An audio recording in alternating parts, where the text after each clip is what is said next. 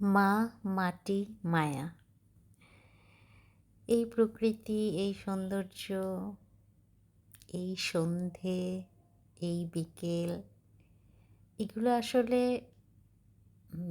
মন থেকে ফিল করতে হয়।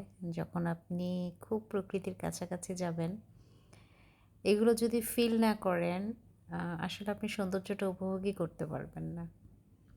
একটা দীর্ঘ নিঃশ্বাস নিয়ে প্রকৃতির মাঝে জাস্ট হারিয়ে যাবেন, আর আল্লাহকে ধন্যবাদ দিবেন, যে স্রষ্টাকে ধন্যবাদ দিবেন যে এত সুন্দর করে আল্লাহ এই দুনিয়াটা তৈরি করেছে।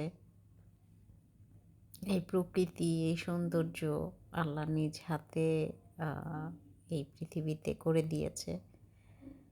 দেশ তো আরও আছে, তাই না? যেমন চাঁদের দেশ। চাঁদের দেশে কি এরকম প্রকৃতি আছে? নেই। আল্লাহ পৃথিবীটাকেই এরকম সুন্দর প্রকৃতি করে দিয়েছে যাতে মানুষ এই সৌন্দর্য উপভোগ করতে পারে। সেজন্য আমাদের স্রষ্টাকে মন থেকে আসলে কৃতজ্ঞতা। আর এই যে এদের ছেলেবেলা, এরাও কিন্তু প্রকৃতি এনজয় করে।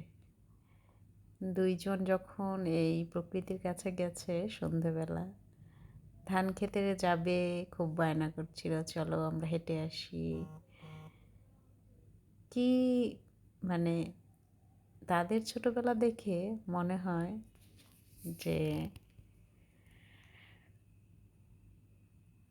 এত মিস করি যে এই ছোটবেলাটা যদি ধরে রাখা যেত, এই ছেলেবেলা যদি হাতের মুঠোয় করে রাখা যেত, তাদের সব সময় তাদের দুই বোনের ছোটবেলা এনজয় করেছি। তাদেরটা দেখে নিজেদের ছোটবেলাকে মনে করেছি। আমার ছোট ভাতিজি চলে আসলাম ঢাকায়, তো ওকে ওর বাবা নিয়ে গেল। কেমন যেন ঘরটা খালি হয়ে গেল। মনে হলো যে আসলে ছোট বাচ্চা ঘরে থাকলে কতটা শান্তি, তাই না? শান্তি যেমন, আবার অশান্তিও তেমন। সারা দিন দু বোনের ঝগড়াঝাটি, টুকটাক খুনসুটি আছেই তাদের। তবে আবার দুইজন দুইজনকে অনেক বেশি ভালোবাসে। কেউ কাউকে ছাড়া থাকতেই চায় না। বেশি দিন না দেখলে দুইজনের জন্য দুইজনের খারাপ লাগা শুরু হয়ে যায়। এটাই তো আসলে বোনের বা রক্তের একটা টান, একটা ভালোবাসা।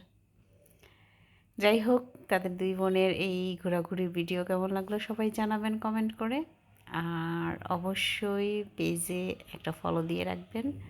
আর আমার এই পেজে কিন্তু ঘর সাজানোর ভিডিও, মেকওভারের ভিডিও, পার্সোনাল ভ্লগ সব কিছুই আছে। তো বেস্ট অবশ্যই ভিজিট করবেন। কোন ভিডিওটা আপনার সবচেয়ে বেশি সুন্দর লাগেছে সেটাতে যে একটা কমেন্ট করে আসবেন। আর ফলো দিতে কিন্তু অবশ্যই ভুলবেন না।